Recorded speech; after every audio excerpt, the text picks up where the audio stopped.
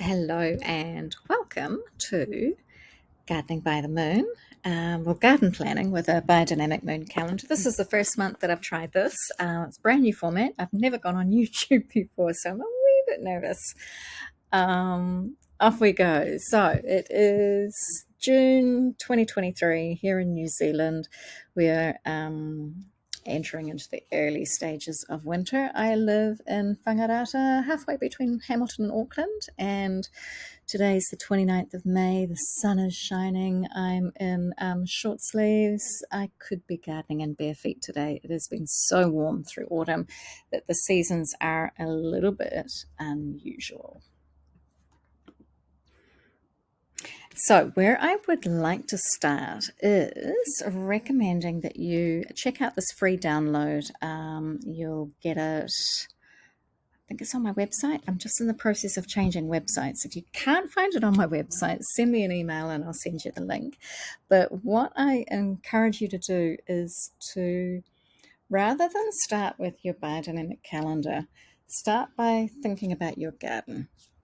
So, list the month and the year, how the season feels. Is it especially cold or warm or wet or dry? Are you in a brand new garden? And then what are your goals for the garden this month? And I recommend 3 goals, just keep things simple. Are there any biodynamic preparations that you need to fulfill those goals above? What are your composting goals? It's nice to set an intention.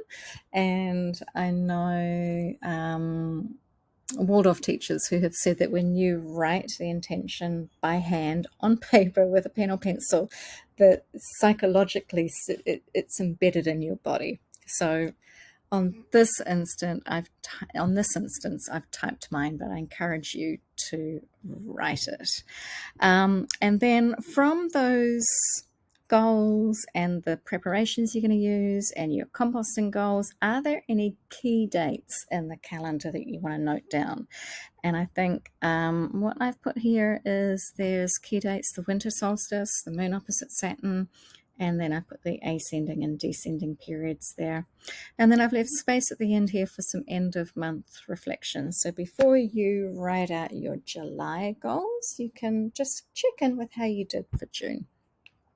So that's free, and you could create your own quite easily. Then here are the key dates. We've got full moon, new moon, moon opposite Saturn, the ascending, the descending, back to ascending, and the dates of the nodes. And you'll find these dates on your biodynamic calendar. Open the page, you can put me on pause and just make sure you know what these symbols look like. When I started using a calendar, I didn't know what this little horseshoe shape was. It was years before I figured out that that was a node. I didn't have any sort of training in astrology.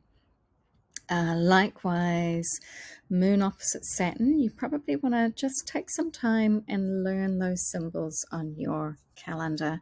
Learn how the ascending and descending is shown. Some of you may be using an app, so when you open your phone, make sure you can learn to read when it's ascending, when it's descending.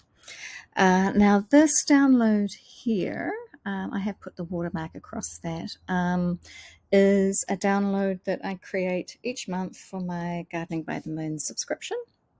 At the moment, that is $12 a month, and every now and then I offer a discount to my email list. So hop onto the email list to get that discount, or go join the subscription. And my policy with this is stay as long as it's useful, cancel whenever you like. I'm certainly not wanting people to become lifelong members. I want you to be independent. So the next program I have that I haven't put in here is the DIY Almanac. And this is my personal process is going from daily planning or weekly planning or monthly planning to actually looking at the whole year and figuring out what my goals are.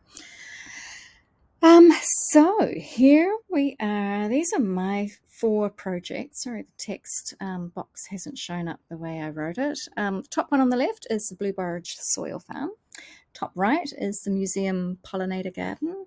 Bottom left is Whangarata Community Hall, and bottom right is the Sharda Food Forest. So these are my teaching gardens. And the photos are all the very first photos I took. So the soil farm, this was the week I moved in. Looks very different now. So the goals for each of these 4 spaces for me are, firstly, I want to do a late 500 stir. We didn't do one in autumn. I want to build my little mini greenhouse. It hasn't been cold enough to really feel like I need it. And then I want to dig up all my dahlia bulbs and store them. At the museum, I want to make hot compost. And because it's tidying up weeds, I'm really not fussed whether it's ascending or descending. I just want to make these piles and prove to the other museum volunteers that it's possible to turn all the invasive weeds into soil. We've been given some Hessian sacks for pathways, and I want to source some arborist mulch just to make those look nice and tidy. And again, dig up the dahlia bulbs and store. At Whangarata, I'm so itching to make hot compost with the Madeira vine and experiment with turning this into soil. There's some jasmine I want to cut back. The Madeira vine and the jasmine are the 2 plants that are threatening native trees on the property, and continue hosting weekly workshops. Then finally, the Shada Centre Food Forest is I want to do a 501 stir and just see how it feels. The land there feels really sensitive to the biodynamic preparations, and it's where I've got CPP fermenting for the whole community to use. I also want to start organising winter fruit tree pruning. There's been one offer in the community to come and do that. So I would like to kind of follow up right behind with a biodynamic tree paste to seal or to heal any of those cuts. And then around each of the fruit trees, I'm so itching to get just a fruit tree guild and fill that bank with flowers and herbs and food. So based on those goals, there's no seed sowing. It's more about like digging up herbs to plant fruit tree guilds. It's about composting. The 2 stirs that are relevant are the 500 and the 501. So hit pause and have a think about your goals in your garden and which dates are going to be most relevant for you. So here we go. This is the same page, the key dates for June. And on this download, I've just added the relevant events. So the 501 stir, I want to do that first weekend in June, which is actually close to the full moon. And I have a human design study weekend at Sharda, so I would love to be there stirring and doing a dawn application before we start our formal sort of training during the day. The 500 stir on the farm, I have timed for the 11th. I think I've got that in the calendar with Miriam. The fruit tree pruning, it could actually be any time during the descending period, and it might be better to wait until July or August, but I'm just kind of holding it in my awareness as June as possible. And then the dahlia bulbs, I've just got this gut feeling that I want to do this around the new moon when there's less moisture in the soil, just so that those bulbs are less likely to go moldy as I store them. Then this extra note here, have the greenhouse built by the 22nd of June. So that is the winter solstice, which is 2 days before moon opposite Saturn. That's the ascending period there. I use the ascending period for my seed sowing and try and do the bulk of it 2 days before the Saturn moon opposition, if possible. So I've also put St. John's Day. That's 6 months away from Christmas, and it's sort of midwinter Christmas mood. And that is when I am going to repeat the 12 Holy Nights as a sort of 2-week slow down winter hibernation. I haven't chosen my 12-step meditation process. It'll probably be something related to the zodiac. We shall see.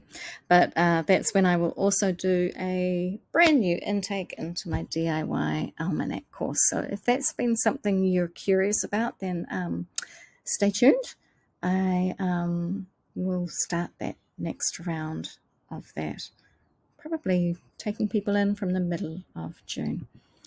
So that's the run through the biodynamic moon calendar for June. And if you would like my help planning your gardening tasks, then please reach out by email. I'll send you a calendar booking link, and we can help you feel like the calendar is secondary to your own calendar and your own gardening goals, and you can start to integrate the two.